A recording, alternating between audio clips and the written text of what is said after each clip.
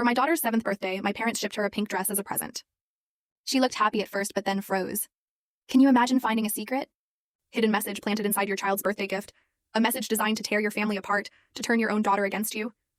Because that's exactly what my parents did on Harper's 7th birthday, and it shattered my world in a way I never saw coming.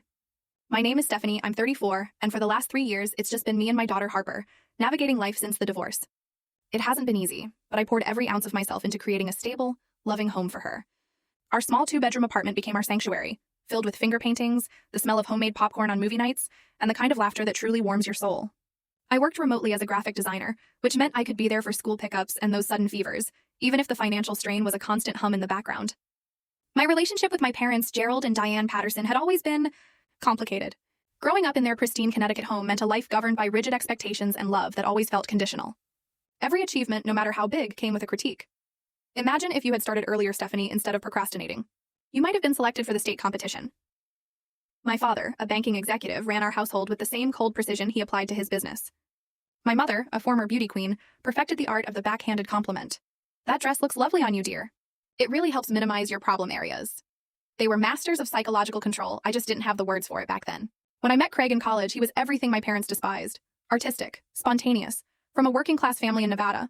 But he made me laugh, encouraged my dreams, and for the first time in my life, I felt truly seen.